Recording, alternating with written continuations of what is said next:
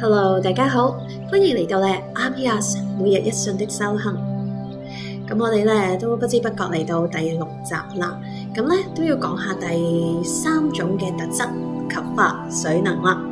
咁如果你身邊咧有啲朋友咧講嘢就好慢條斯理，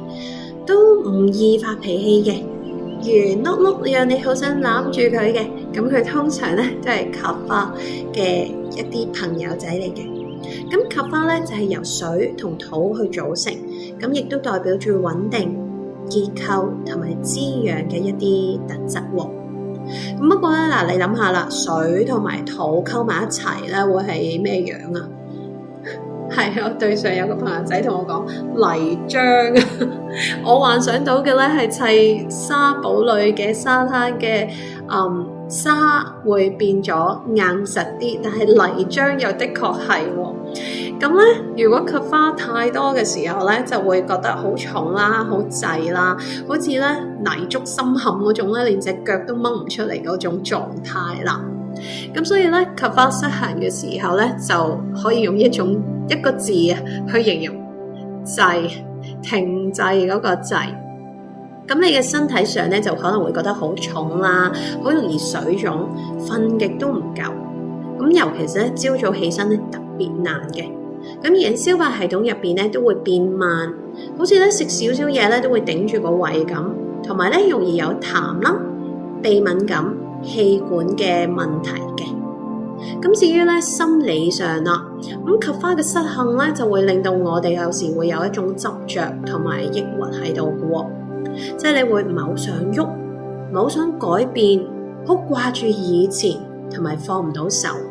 講放手唔一定係一啲物品啦，或者可能過去嘅人事物都會係嘅。咁係一種好黏着嘅能量嚟㗎。咁我有試過見過一啲同學仔咧，咁其實佢哋好有能力嘅，好 capable，但係咧佢哋嘅及法太重嘅時候咧，就缺乏咗嗰種咧起動嘅動力啊。咁有好多時咧就會有好多計劃，會諗到好多好好嘅 idea， 即係我聽到都話哇正，我哋仲唔做？但係咧就係起動唔到 ，start 唔到，而最後呢個 plan 都只能停留喺佢嘅腦海入面啦。喺書入面咧就講到水係需要流動，需要刺激，需要少少嘅火花。咁所以咧要平衡翻及法嘅關鍵字咧就係刺激、變化同埋溫熱啦。咁咧我哋可能咧喺呢度就要對付下呢種咁沉重嘅 elements 咧，我哋會加啲輕盈同埋刺激落去。咁所以我哋先由飲食去諗下啦。咁咧及法嘅朋友咧，其實佢哋咧自己都好中意食甜嘢啦、奶製品啦、炸嘢啦。但係不過正下你最 craving 最需要嘅嘢咧，你覺得唔夠嘅嘢，其實反而係你要減少嘅喎。咁所以甜味啦、鹹味啦，會增加身體嘅體內個水分同埋黏液㗎。而你哋 instead 需要嘅咧就係一啲辛辣、苦澀同埋澀味啦。咁你可以食多啲薑啦、黑胡椒、辣椒、蒜頭。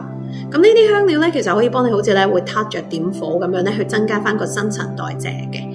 咁亦都可以食多啲豆類啦、蔬菜，少啲肉同埋芝士。咁同埋咧，及法最適合咧一啲輕斷食噶啦。咁即係咧，你唔一定要做一個好長個鐘數嘅 fasting 嚇。咁即係如果你朝早起身唔餓，其實你真係可以 skip 咗個早餐先，飲少少薑茶，咁然後到咧中午嘅時間先去食飯。咁至於咧生活習慣嘅部分啦，咁對於及法嚟講咧，其實最難起步咧，就其實即係朝早嗰一刻起身啦。咁所以咧，你一定要早起。反而咧，其實有時瞓得太多咧，會令你更加攰啊。咁所以你可以每日咧都試下做少少新鮮嘅事情啦，即係平時你唔會慣常做嘅嘢。For example， 平時返工行慣咗同一條路線，會唔會轉一轉條新路線啦？聽啲你唔係成日聽實嘅歌啦，着件鮮色少少嘅衫，未必係你嘅 favorite colour 啦。打破下啲慣性，試下咧打破及法嗰種停滯嘅一個狀態嚇。咁而我哋仲有啲乜嘢可以咧喚醒活力咧？如果你係及花嘅朋友，其實你可能真係會好中意做 Yin Yoga 或者一啲 restorative 修復瑜伽，因為咧呢兩類嘅瑜伽種類都係比較慢啲嘅。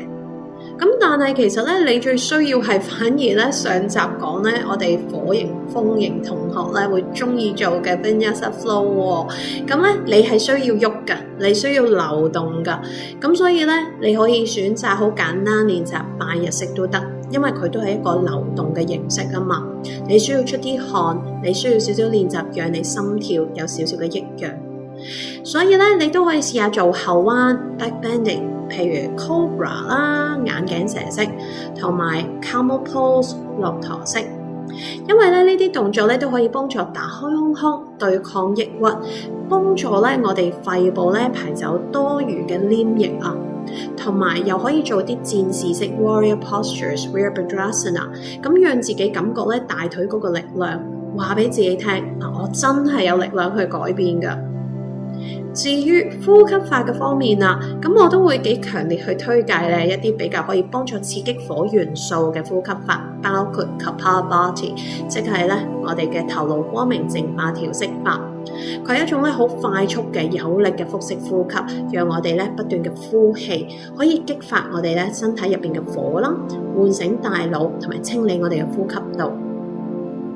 咁而最後啦，總係咧會想帶領大家一齊做少少練習啦，咁咧我都想邀請大家咧去做一啲比較有活力嘅練習喎，幫大家叉下電。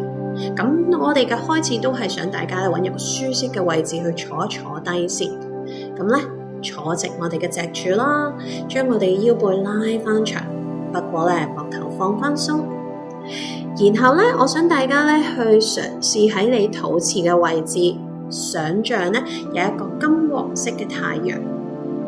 咁咧每次你吸氣嘅時候咧，你可以幻想呢個太陽咧變得更光、更熱，而每一次呼氣嘅時候咧，呢一個太陽嘅光芒咧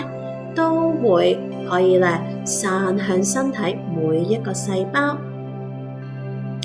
然後你會感覺到咧呢個熱力咧會融化咗你身體入邊嘅冰冷、沉重同埋黏滯喎，你嘅身體咧就會變得好輕盈，充滿動力。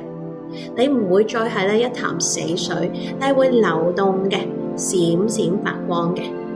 同自己講，我準備好啦，我準備好咧去迎接新嘅開始啦。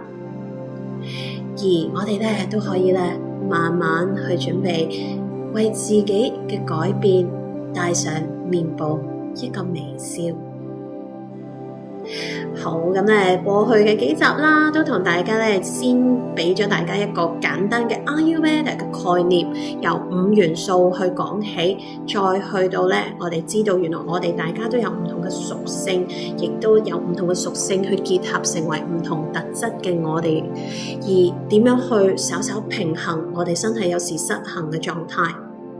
咁希望呢本書嘅智慧咧，唔係淨係聽完就算啦吓，你試下去留意多少少自己，觀察多啲，將所有細細嘅指引，好簡單嘅概念咧，試下帶入你嘅生活入邊啦。記住 Abhyas 即係練習嘅意思，每日一小步，試下揾翻屬於你自己嘅平衡。多謝你哋嘅收聽，我係 Virginia，下次再見。